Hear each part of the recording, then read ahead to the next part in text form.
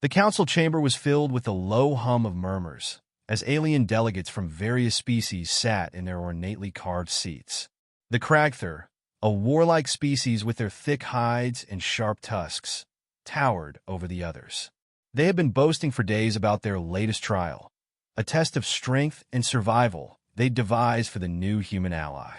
The human, Lieutenant Jack Mason, had been sent into the heart of the Deadlands, a barren wasteland on the Kragthar homeworld, known for its vicious and untamable creatures.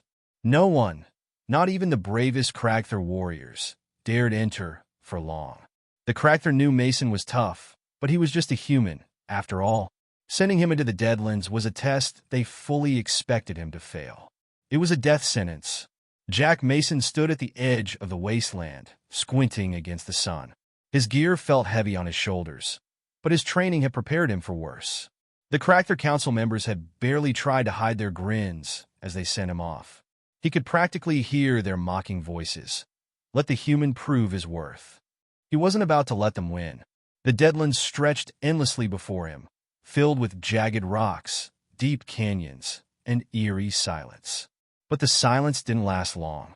Within hours, he encountered the first of the creatures, massive, reptilian beasts with armor-like scales, sharp claws, and gnashing teeth. Most beings would have fled, but Mason had other plans. Days passed, and the Kragthar grew more confident. "He's dead," one of them said with certainty, lounging in the council chamber. "No one could survive out there." "I don't know why we bother with these humans," another delegate snorted. "They think they're so clever, but they're just soft." The chamber door creaked open. Everyone turned to see a silhouette in the doorway. Jack Mason, bruised and dirty but very much alive, stepped inside. But he wasn't alone. Behind him lumbered a massive beast, a creature from the Deadlands that even the Kragthar feared. Its eyes glowed a deep orange, and its powerful muscles rippled beneath its thick scales. It should have been tearing Mason apart, but instead, it followed him obediently, like a loyal pet. Mason paused in the center of the room, giving the gathered aliens a small, smug grin. The creature stood behind him, almost protectively, sniffing the air as if it were getting used to its new surroundings. "I hope I pass your little test," Mason said, his voice cool and confident. The silence in the room was deafening. The Kragthar's tusked mouths hung open, their eyes wide with shock and disbelief.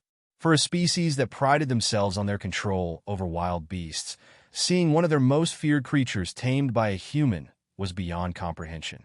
How did you?" one of the council members stammered.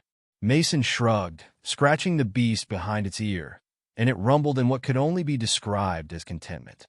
"I've always had a way with animals," he said, grinning as the beast nuzzled against him like a giant, scaly dog. "Turns out they just needed a little patience and the right kind of attention." The Kragthar could barely contain their shock.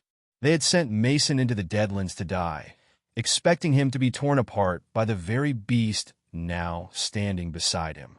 Yet here he was, not only alive, but with a creature they couldn't even control. "Guess this one's coming home with me," Mason added, as if it were the most natural thing in the world. The Kragthar leader, once so sure of his plan, now looked defeated. His eyes locked onto the creature before he shook his head in disbelief. "Impossible," but Mason only smiled. "Next time you want to test a human, you might want to reconsider what you're up against." And with that, he turned, walking out of the chamber with the beast obediently following. The stunned faces of the Kragthar Council remained frozen in disbelief. As Mason left the hall, he couldn't help but chuckle to himself. They had sent him to die, expecting nothing more than failure. Instead, he had returned with the Deadlands' deadliest creature as his pet.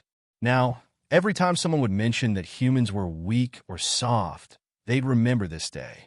They'd remember the human who not only survived, but came back with the beast at his side.